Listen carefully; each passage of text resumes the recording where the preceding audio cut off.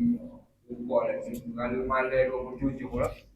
Berbuk di Mekah pula. Di Mekah umrah ke apa. Suka dia tu. Klik duduk Malaysia ni baru tahu suka dia. Duduk Mekah. Suka. Jadi kita balik kepada pengajian kita pada malam ni. Iaitu kita balik kepada sirah nabawiyah. Sirah Nabi kita sallallahu alaihi wasallam. Jadi hamba mula ke sirah Nabi sallallahu alaihi wasallam dengan nasab ayah Nabi dan ibu Nabi. Siapa dia nama ayah Nabi? Ayah Nabi bernama Abdullah. Abdullah bin Abdul Muttalib bin Hashim bin Abdul Manaf bin Qusay bin Kilab bin Murrah bin Ka'ab bin Lu'ay bin Khalid dan bin Falhan bin Malik hinggalah ke akhirnya. Dan setengah dalam kitab Sahih Bukhari iwak mari nasab ni sampai ke Adnan. Kebanyakan para ulama akan hafal nasab Nabi ni sampai Adnan. Dan selepas Adnan tu bagi ulama dia tak hafal. Gitu. Dalam Sahih Bukhari sebutlah gitu. Dan ayah Nabi ni disebut sebagai Bani Hashim. Sebab apa hamba sebut Bani Hashim ni? Sebut suku-suku ni. Sebab sirah ni dia terlibat dengan suku-suku. Suku-suku ni adalah kabilah dia. Kaum dia. Supaya kita lah orang Kelantan, orang Ganu lah. Dia ada kabilah dia. Walaupun dalam sebuah negara, Saudi, tapi kabilah dia banyak. Suku dia banyak. Supaya duduk Malaysia juga. Kalau suku duduk di Sabah, kaum Kadazai, kaum Bugis, dah gitu lah. Jadi Bani suku bagi ayah Nabi SAW ialah Bani Hashim. Dan kita balik kepada ibu dia pula. Nasab ibu Nabi SAW adalah, nama ibu Nabi adalah Aminah binti Wahab bin Abdul Manaf bin Murrah bin Kilab bin Murrah bin Ka'ab. Dipanggil suku Zuhrah. Suku mak Nabi ni. Suku Zuhrah. Dan antara Abdullah dan Aminah, nasab mereka dijumpa. Jumpa di keturunan datuk yang sama, iaitu keturunan yang kelima. Tuk dia serupa. Moyang ko, yang ko, yang kelima, tuk sekali. Tuk Abdullah dan Tuk Aminah. Di keturunan yang kelima. Mana dia keturunan Abdullah dan keturunan Aminah ni adalah satu keturunan. Nasab tuluh. Tuk yang kelima tu sama dengan Abdullah dengan Aminah. Tuk tuluh, iaitu Kilab bin Murrah. Orang Arab dia penting benar nasab dia ni. Dia jaga. Antara jaga nasabnya adalah seperti kita ngaji, kita hadis, kita tafsir. Nasab-nasab ni adalah nama. Dalam kitab tafsir pun kita hadis dia ada nama. Ya, kalau nama dalam kitab hadis tafsir dia panggil sanad ataupun rijal. Nama-nama. Orang Arab dia akan hafal semua nama-nama tu. Biarpun 20 orang, 30 orang, sesuatu hadis biasa hafal ke Nabi SAW. Pentingnya benda tu. Bagi kita orang awal ni tak penting. Tapi bagi orang ulama dia jaga benda tu. Benda tu penting bagi mereka untuk mentashihkan sesuatu hadis. Sebab itulah ulama tu tahu hadis tu dhaif, hadis tu maudhu', hadis tu matruk, hadis tu ahad, daripada sanad dan rijal tersebutlah mereka tahu. Mana benda tu penting dari segi ilmu bagi kita orang awal. Bagi hamba pun hamba tak apa dah. Orang ulama ni orang atas lagi, orang jauh lagi ilmu daripada hamba. Orang tinggi-tinggi lagi ilmu dia, dia hafal benda tu untuk jaga hadis Nabi dan tafsir Quran. Dan para ulama hingga ke dalam Sahih Bukhari mengatakan nasab Nabi ni merupakan nasab yang mulia dan baik, nasab daripada sebelah mak dia dan juga dari sebelah ibu dia. Nasab yang terbaik dalam golongan bangsa Arab. Orang Arab ni banyak bangsa dia, banyak keturunan. Jadi keturunan ayah Nabi dan keturunan mak Nabi ni adalah yang terbaik. Nasab dia. Ibnu Hisham dalam kitabnya Sirah Nabawiyah mengatakan Nabi Muhammad SAW adalah keturunan Adam yang mulia dari keturunan dan nasab ayah dan ibu. Itu Ibnu Hisham. Ibnu Hisham ni siapa dia? Adalah ulama sirah. Ulama sirah besar lah. Kebanyakan kitab-kitab lah ni rujuk kepada Ibnu Hisham.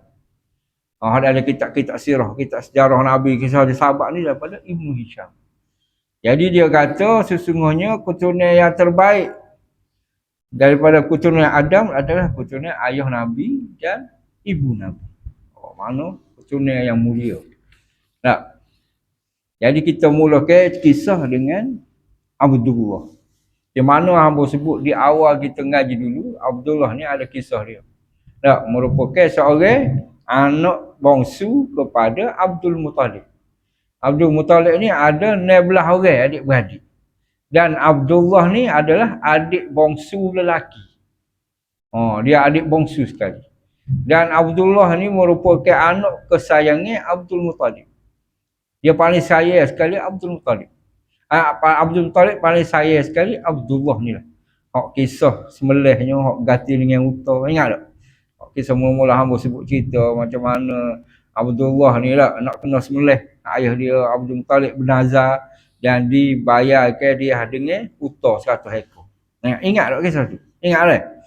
Jadi Abdullah ni memang Abdul Muttalib ni sayang. Dan ketika mana Abdullah ni dia usia dia semakin dewasa. Tak? Orang kata naik remaja kat dewasa, orang dewasa dia, maka Abdul Muttalib pun nak nikah ke Abdullah dengan seorang wanita. Ketika itu ulama mengatakan dia ada beberapa pendapat.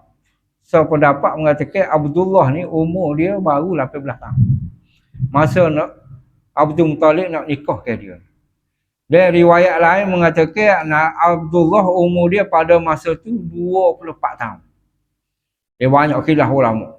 Tapi dua itulah banyak riwayat orang mari.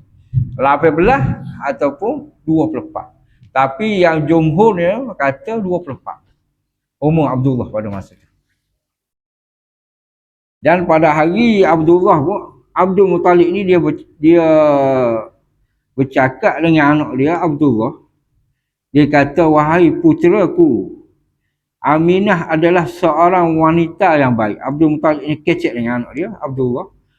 Dia kata Aminah adalah seorang wanita yang baik, masih dari kerabat kita sendiri dan tidak ada wanita sepertinya di kota Mekah.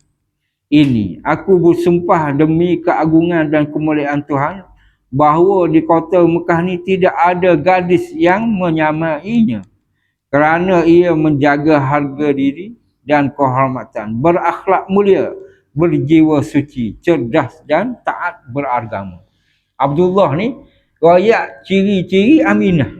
Royak kepada Abdullah bahawasanya Aminah ni seorang yang baik, mulia nasab dia dan baik budi pekerti dia dan seorang yang taat kepada agama. Jadi Abdul Muttalib ni kenal kepada Aminah, royak ke Abdullah. Maka Abdullah pun setuju nak nikah dengan Aminah. Dan riwayat mengatakan Aminah ketika itu berumur 17 tahun. Muda lagi, 17 tahun baru. Tapi orang Arab biasalah, orang zaman dulu lah. Kalau kita orang zaman dulu pun, kalau rasa kalau zaman 40 tahun dulu pun, orang kita nikah muda. Kerana umur 16 pun nikah dah. Sebab tu anak, cetek anak ramah dah. Kan? Orang zaman dulu. Ni zaman Nabi pun, masa tu Aminah berumur 17 tahun. Muda. Dan ada satu kisah yang mengatakan ketika mana Abdullah ni nak pergi ke rumah Aminah. Dan hadis riwayat ni banyak dalam kitab-kitab sirah. Tapi hadis ni tidak berapa kuat sebenarnya. Tapi orang mari juga kisah dia. Dalam kitab sirah ni sebenarnya kebanyakan ulama dia tasamuh. Tasamuh ni bermaksud dia tidak menitik beratkan tentang rijal dia. Faham? Dia lepas. Kerana kebanyakan dalam kitab sirah ni hadis dia tidak kuat. Faham tak? Kalau ikut ulama hadis, kebanyakan riwayat yang dalam kitab-kitab sirah ni tidak kuat. Dia anggap dhaif bagi mereka. Tapi cerita tu dia buat mari juga. Banyak kitab-kitab sirah Ibnu Hisham, Ibnu Ishaq, buat mari kisah-kisah ni. Kisahnya adalah seorang wanita yang nama Utailah. Utailah merupakan seorang adik kepada Waraqah ibnu Naufal, iaitu sepupu kepada Khadijah. Waraqah bin Naufal, dia ada adik nama Utailah. Dan satu hari Abdullah ni nak pergi ke rumah Aminah bersama dengan Abdul Muttalib ayah dia rombongan untuk melamar Aminah ni. Dalam perjalanan Utailah pun tegur dah Abdullah. Dia buka pintu, dia nampak Abdullah tegur. Nak pergi mana wahai Abdullah? Aku nak ikut ayah, urusan ayah aku. Dia kata, mu bersama akulah. Nikah dengan aku dan akan kuih 100 ekor unta kepadamu. Kalau mu nak terima aku sebagai isteri.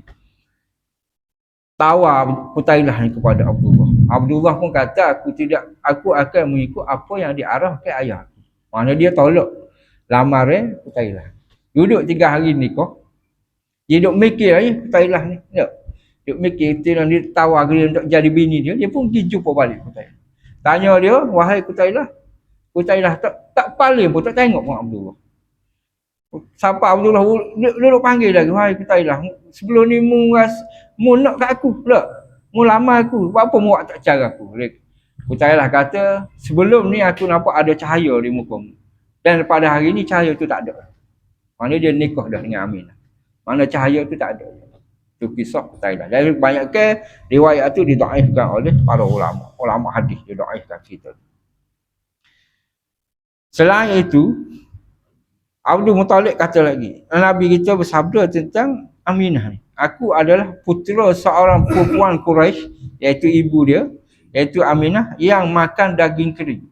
Maksud hadis di sini Nabi rakyat bahawasanya Aminah ni seorang yang rendah diri.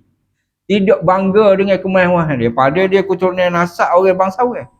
Mana dia hidup dengan sederhana. Hingga Nabi kata, aku adalah putera seorang perempuan Quraisy, iaitu ayah mak dia Aminah, yang memakan daging kering.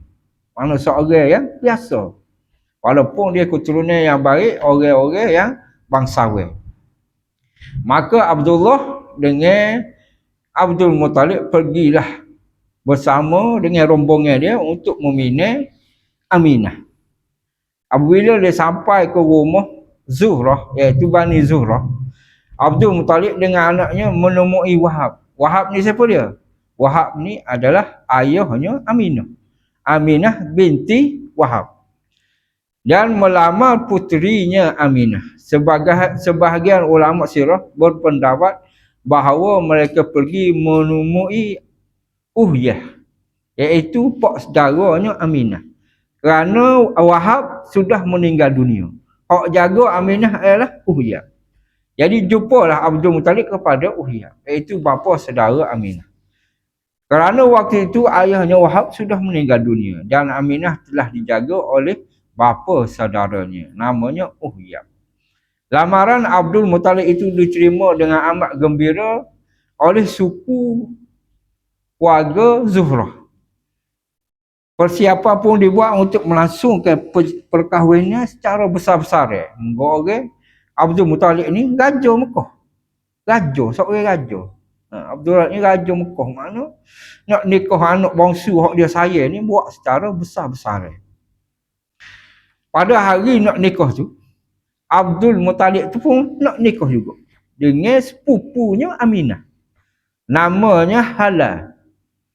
Dan perkahwinan Abdul Muttalib dengan Halal ni keluarnya pak saudara Nabi yang masyhur, iaitu Hamzah. Pak saudara Nabi Hamzah. Kena ingat nama-nama hamba sebut sebab cerita lepas-lepas ni ada berkaitan dengan nama-nama hamba sebut. Dari perkahwinan Abdul Muttalib dan Halal itu telah terlahirnya Hamzah, pak saudara Nabi. Hamzah ni pak saudara Nabi. Pada saudara Rasulullah SAW, bapa saudara Rasulullah SAW, Abdullah kebiasaannya ada orang Arab pada masa itu, apabila nikah sudah akan duduk di rumah pengantin perempuan selama 3 hari. Kalau orang kita lah ni ada juga, ada kita ada juga. Kalau tak, setengah orang ni kalau hamba dulu, tak ada nikah hari ni esok klik kapung lah. Dulu ada bunyi lah, duduk rumah pengantin tina dulu. Kalau hamba klik gitu ya, mari duduk rumah. 3 hari di rumah Aminah. Abdullah ni duduk 3 hari di rumah Aminah sesuai dengan adat orang Arab ketika itu. Dan perkahwinan dilangsungkan di rumah pengantin perempuan. Supaya kita gani. Nikah di rumah pengantin perempuan. Sama itu pun gitu juga. Sesudah itu mereka pun pindah ke keluarga Abdul Muttalib. Klik kapung kepada ayah dia. Duduk dengan ayah dia. Maka kisah seterusnya, kisah pemergian Abdullah ke Syam. Pergi ke Syam. Syam ni duduk mana? Duduk di Syria. Pergi buat apa? Pergi untuk berdagang. Nego. Orang bangsawan pada masa tu, pada masa Nabi, pada masa Mekah pada masa tu, orang bangsawan dia, hijrah dia adalah berdagang. Maknanya berdagang. Daripada Mekah pergi ke Syam, ambil barang Syam, bawa klik Mekah. Maknanya ambil barang sana, bawa klik sini, nego pula. Lepas tu ada habis jual pergi. Begitulah. Pergi ke Yaman, pergi ke Syam, pergi ke Syria. Itu adalah antara orang bangsawan. Buat kerja lagi. Orang kaya-kaya lah sini. Dan Abdullah ni, di mana kita tahu anak kepada seorang anak raja. Dia anak raja. Anak kepada Abu Talib. Seorang anak raja. Maka dia pun telah pergi berdagang. Dan ketika dia pergi berdagang itu, Aminah telah mengandung. Mengandung siapa? Mengandung Nabi kita lah. Sallallahu alaihi wasallam. Dalam riwayat ketika mana dia pergi tu, kandungnya Aminah tu ada setengah riwayat kata 9 bulan, ada setengah kata 8 bulan. Ketika mana dia pergi berdagang ke Syria, dalam perjalanan ke Syria tu dia singgah di Gaza, singgah di Palestin. Apabila habis dia dagang di Palestin, maka dia klik ke Madinah. Sebab apa? Diarahkan oleh Abdul Muttalib, ayah dia tu, supaya pergi melawat saudara yang ada di Madinah. Kerana suku di Madinah adalah suku yang mana keturunannya sama di Mekah. Dan dia, ayah dia suruh kata melawat pak saudara yang ada di Madinah. Ketika mana Abdullah sampai di Madinah untuk beristirahat, ketika nak klik kapung, maka Abdullah ni jatuh sakit. Demam sakit. Duduklah di Madinah. Duduk di suku Najat. Apabila duduk Madinah, maka orang bersama dia rombongan tu klik. Tinggal Abdullah. Sebab dia sakit, tinggal di Madinah. Bersama dengan pak saudara dia. Apabila tinggal di Madinah, hak rombongan klik tu siapa di Mekah, royak kepada Abdul Muttalib bahawasanya Abdullah ni sakit. Apabila siapa di Mekah royak kepada Abdul Muttalib, ayah dia sakit, maka Abdul Muttalib pun atas anak dia, anak sulung dia, iaitu nama Haris. Mana kisah Abah sebut dulu, anak sulung dia nama Haris. Haris pun pergilah ke Madinah. Siapa di Madinah dikhabarkan bahawasanya Abdullah telah meninggal dunia, sebulan dah meninggal dunia. Abdullah. Sebulan dah meninggal dunia. Kerana perjalanan pada masa tu ialah Mekah Madinah lah ni 5 je naik kereta api je. Tak saya. 2 je. Kalau naik bas 8 je. Kalau jalan kaki bayar kelah. Jauh mana? Jarak dia asal dekat dengan 500 km daripada Mekah ke Madinah. Lebih kurang. 500 jauh juga 500 ni lah. Nak dekat-dekat siapa Johor lah 500 ni. Jadi ambil masa dah lah rombongan tu nak klik tu ambil masa. Dah Abdullah nak sapa pula ke Madinah tu ambil masa. Jadi dikhabarkan bahawasanya Abdullah telah meninggal dunia sebulan dah. Dan Abdullah di tanah dikuburkan bertempat bernama Darul Al-Nabirah Al-Jadi.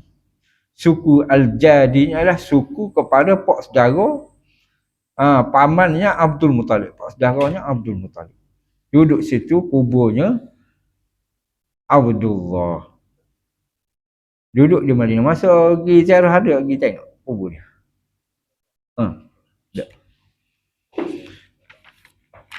Antara pendapat ulama mengenai usia Abdullah berkahwin, ada 2 riwayat hamba sebut tadi adalah 18 tahun. Ulama mana kata 18 tahun ialah Ibnu Hajar. Siapa dia Ibnu Hajar?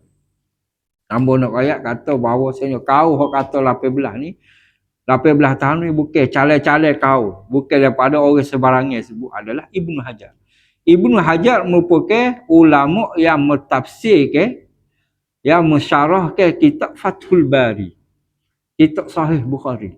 Ibnu Hajar ni mana ulama besar yang mengatakan Umur Abdullah ketika itu adalah berumur 18 tahun. Dan pendapat yang masyhur mengatakan umur dia 20 tahun, 24 tahun. Ibnu Ishaq kata, Ibnu Katsir kata 24 tahun. Bukan calon-calon ulama juga hak kata lagu tu pun. Jadi hak nak terima pendapat mana, boleh terima kedua-dua. Kerana hak kata tu bukan ulama sebarang ni. Ulama besar. Kalau dengar cerita orang kata, oh, ya Allah, kau ustaz ni kata 18. Siapa dia sebut 18? Ibnu Hajar. Ulama besar, ulama hadis yang sebut ke mana usia Abdullah meninggal umur dia 18 tahun. Iman Al-Waqidi berkata Abdullah tidak menikah sama sekali kecuali Aminah. Aminah lah wanita pertama dia, kerana ada pendapat yang mengatakan Abdullah nikah lain. Sebab dia anak raja, dia ada lagi isteri lain. Tetapi Al-Waqidi ni seorang ulama sirah mengatakan dok, Abdullah nikah seorang, nikah Aminah. Dan Aminah pula selepas Abdullah meninggal ni dia tak nikah dah. Sebab dia hidup Aminah ni sampai umur Nabi umur 9 tahun. Dia tak nikah juga. Mana dia tak nikah Aminah. Apabila Haris sapa ke Madinah, klik ke Mekah, rayaklah kepada ayah dia.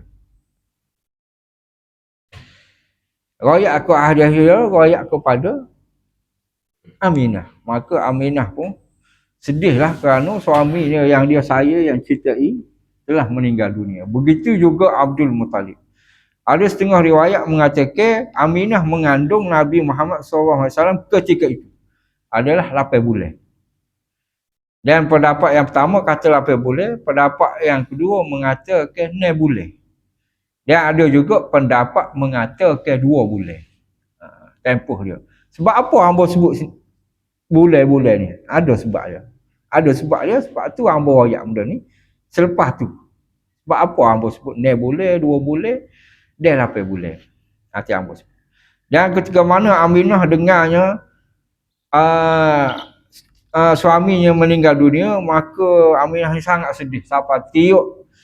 Dan Aminah ni telah melafazkan, meluahkan rasa sedih dia dalam satu syair. Orang Arab ni pada masa itu suruh ni syair.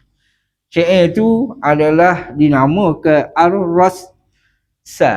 Ar-Rassa. Syair itu nak dengar tak? Hak syair, hak Aminah meluahkan rasa sedihnya kehilangan suaminya. Syair ni sedih lah sikit. Kena buat suara sedih biar semua rasa sedih ada. Seorang putera Hashim tiba di tanah lapang berbatu. Keluar menghampiri liang lahat tanpa meninggalkan kata yang jelas. Rupanya kematian mengundang lantas disebutnya. Tak pernah ia mendapat orang seperti putera Hashim. Dikala mereka memikul keranda kematiannya, kaum kerabatnya memikul keranda kematian. Kaum kerabatnya saling mendukung untuk menghantarnya. Bilakah pemandangan kelebihan itu setelah maut untuknya?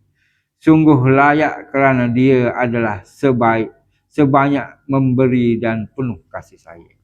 Itu adalah syair Aminah ketika mana tok lelaki dia mati. Orang Arab pada masa itu memang suhu dengan syair. Ke zaman kita, zaman Nabi ni. Sebelum Nabi diangkat jadi Nabi pun, orang Arab ni suhu dah dengan syair. Sebab itulah Quran ni dimarikan dengan bahasa Arab. Sebabnya nak lawan syair Arab. Dok memang bubuk dia memang hebat dalam bahasa Arab. Ada dah pada masa itu. Sebab apa Nabi kita tidak pandai menulis? Ada sebab. Ada sebab. Ulama dia ada bincang dah pasal benda tu. Nanti siapa masa tak apa aja. Demikian juga perihal Abdul Muttalib. Rasa duka dan sedih menimpa hati beliau. Kerana pemergian anak kesayangannya Abdul Muttalib, anak bongsu yang dia sayang tu meninggal dunia, dia sedih. Dan Abdullah ni meninggal sedikit harta, ada harta, mungkin dia anak raja. Apa dia tinggal adalah 5 ekor unta dan sekumpulan kambing dan seorang hamba perempuan dari Habsyah bernama Barakah. Nama dia asalnya Barakah. Dan nama panggilannya, gelar dia. Orang Arab ni biasa ada gelar dia. Kita kalau hamba sebut ni kadang-kadang gelar dia, bukan nama asal dia. Nah, jadi hamba insya-Allah kalau hamba sebut nama sahabat tu, hamba nak sebut nama asal dia. Nama asal kepada hamba perempuan Abdullah adalah Barakah. Yang mana digelar sebagai Ummu Aiman. Yang menjadi pengasuh yang pertama yang mengasuh Nabi. Ummu Aiman. Nah, orang penting dalam sejarah sirah Nabi. Yang orang mula-mula yang menjaga Nabi adalah Ummu Aiman. Iaitu nama asal dia adalah Barakah. Dan kelahiran Nabi. Kelahiran Nabi SAW ini, iktifak ulama, ijma' ulama mengatakan bahawasanya tahun hak Nabi lahir adalah tahun gajah. Ulama iktifak tu, tak ada khilaf. Dan hari hak Nabi lahir pun tak ada khilaf. Iaitu hari Isnin. Hari Isnin. Dan berapa hari bulan? Berapa hari bulan ni ada khilaf ulama. Sebab apa jadi khilaf ulama? Sebab beranak mengandung Aminah tu lah.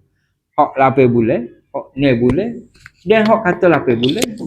Tu sebabnya tarikh hari bulan Nabi tu ada khilaf ulama. Hak masyhurnya, mana kebanyakan ulama mengatakan Nabi lahir pada 12 Rabiul Awal. Ittifaq masyhur ulama. Maknanya kebanyakan ulama kata 12. Tetapi ada juga ulama mengatakan 9 Rabiul Awal. Orang ulama kebanyakan yang mengatakan 9 Rabiul Awal ini adalah ulama yang baru.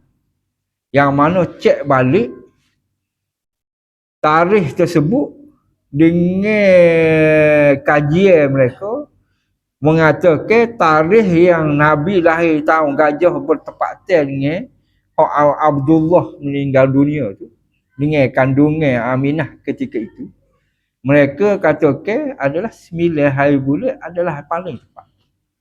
9 hari bulan tu paling tepat bagi pendapat ulama hak baru ni. Hak kira balik. Tak, dikira ni macam mana dia mereka kira. Mereka kata 9 hari bulan. Dan pendapat ni ramai ulama-ulama hak pergi 9. Antaranya Saleh Husaimin, antaranya Al-Makburi. Adalah ulama-ulama besar tentang sirah ni mengatakan 9 hari bulan. Dia juga ada mengatakan 10 hari bulan. Ada juga kata 8 dan 2.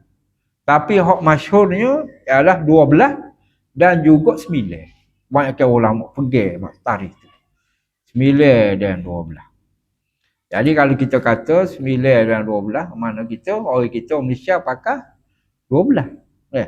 Jadi apabila kita pergi tempat lain, kampung lain lah, duduk dalam Malaysia, pergi negara lain, jumpa orang sini duduk kata 9. Mana ulama ada kata 9. Kita orang awal ni, orang biasa pun kita pun hamba, tak usah duduk balas lah. Kalau hak nak balas tu biar orang atasnya balas. Dia nak gogeng. Hak kata 9 kata 12 kan. Hak tu tak boleh buat maulid ni, tak boleh ikut dia lah. Kita jangan tak usah masuk campur. Tu biar dia. Nah, yang kita buat mari pendapat ulama. Nak kata 9 12, tu kita terima. Hak balas tu biar bapak dia balas.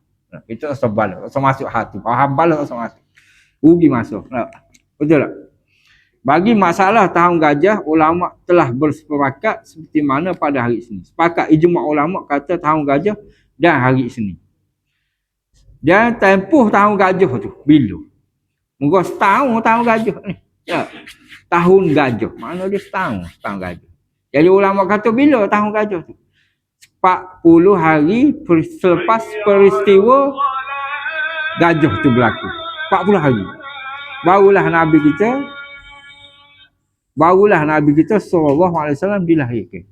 40 hari selepas peristiwa Abrahah menyerang Kaabah. Nah, disebut sebagai gajah, tahun gajah. Selepas peristiwa itu 40 hari barulah Nabi kita SAW dilahirkan. Ada setengah ulama kata 50 hari selepas kejadian tersebut.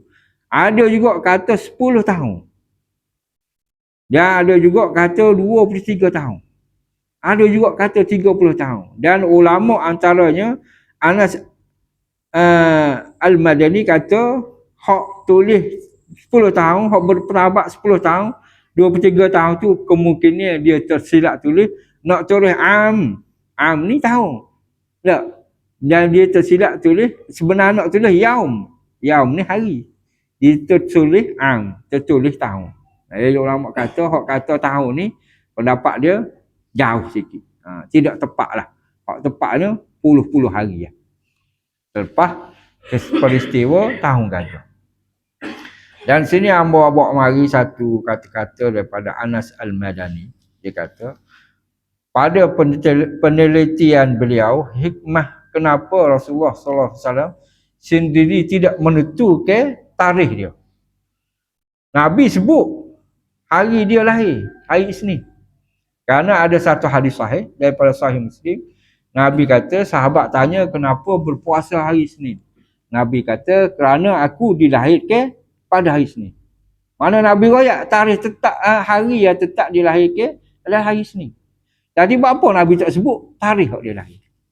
Yang dia berpendapat bahawasanya pendapat dia kata Nabi SAW tidak menentukan tarikh sebenarnya bila tidak seperti hari Isnin. Seperti Nabi sendiri bersabda adalah sama dengan tarikh kiamat yang tidak ditentukan bilakah tarikh. Mana dia sama Nabi tak sebut tarikh hari bulan hak Nabi beranak. Tu apa?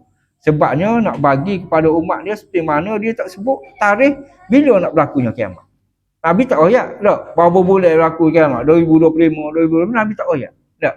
Sebabnya untuk manusia ni buat amal tanpa menentukan hari. Faham tak? Itu pendapat dia. Ialah supaya kita umatnya sentiasa berusaha beramal soleh dan melakukan kebajikan sepanjang masa dan zaman, bukan hanya pada tarikh-tarikh tertentu saja. Tarikh itu tidak penting dan bukan perkara besar pun. Tak penting pun tarikh itu. Tak. Apa yang pentingnya ialah melahirkan kecintaan kita terhadap Rasulullah SAW dengan mengikut segala arahan dan ajaran dan menjauhi diri daripada segala larangan dan amaran. Ambo kalau ambo baca kitab ni adalah kata-kata ulama. Jadi kata-kata ulama ni ambo tak boleh buat mari perkataan ambo kena baca hak dia royak. Amanah kepada ilmu hak ambo baca. Jadi ambo tak boleh nak sebut hak takut salah daripada penulis tu sebut. Ambo sebut dulu barulah ambo hurai.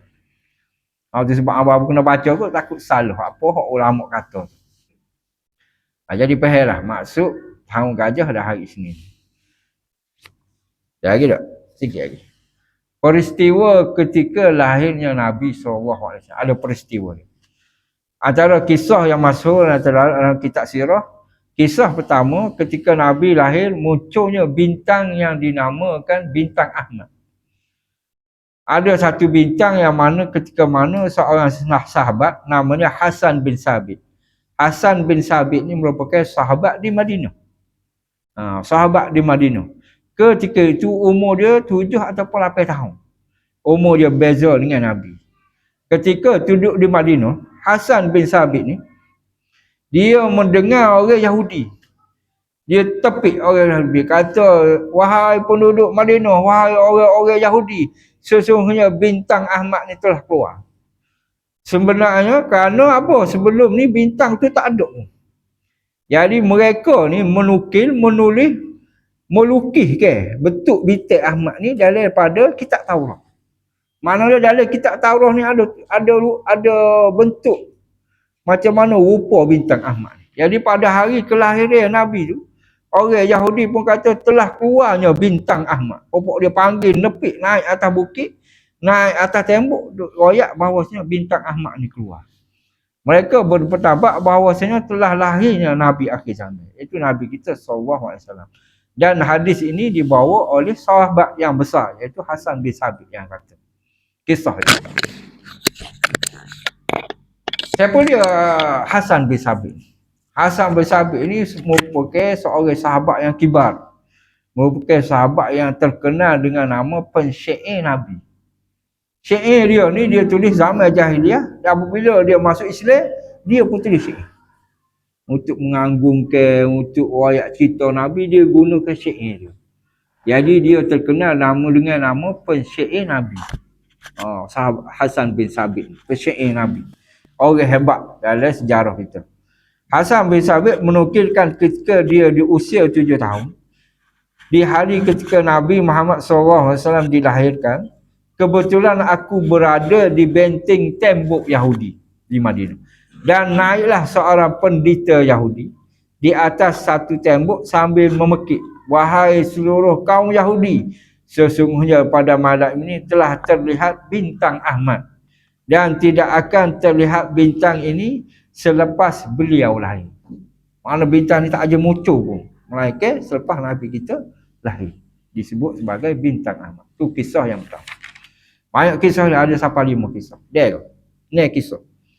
Mana? Nak sambung ke mana ni? Sambung. Kisah yang kedua. Diceritakan ketika Aminah melahirkan Nabi Muhammad SAW ni tanpa rasa sakit dan dengan amat mudah sekali. Tak ada sakit sikit abuk.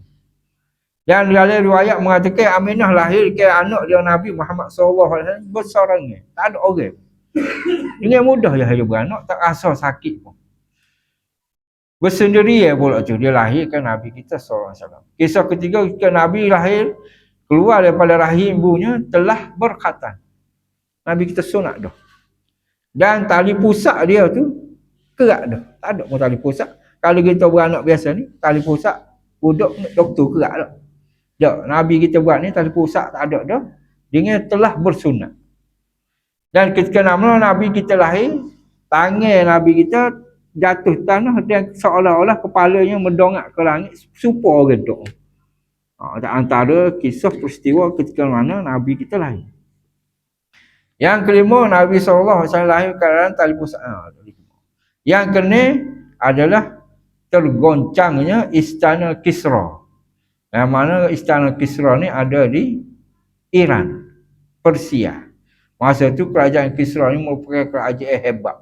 Kerajaan yang besar yang merentah hampir suku dunia. Kisra ni. Hebat kerajaan dia ni. Dia mempunyai istana yang besar. Dan ketika Nabi kita lahir tu, maka telah roboh bumbung. 14 bumbung Kisra ni. Runtuh. Apabila runtuhnya bumbung Kisra ni, gegar istana dia tu, maka dia pun panggil lah pendeta-pendeta, tuk-tuk nujun dia, tuk-tuk bomo ni. Apa gegar istana sampai runtuh 14 bumbung. Setengah kata bumbung, setengahnya ulama kata tiang. Runtuh tiang.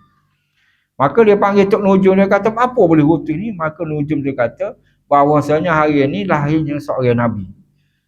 Yang keduanya, kerajaan Kisra ni hanya akan kekal selama 14 keturunan saja. Jadi Kisra pun berkata 14 keturunan lama lagi. Kalau keturunan 100 tahun, maknanya 1400 tahun. Tak? Tetapi ikut sejarah, selepas tu ulama mengkaji sejarah jatuhnya kerajaan Kisra di zaman Umar bin Khattab.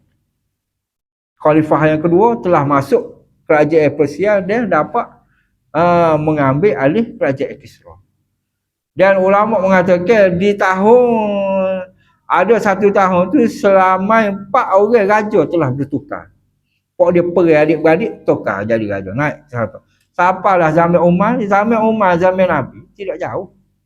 Tak, bukannya jauh. Nabi baru beranak.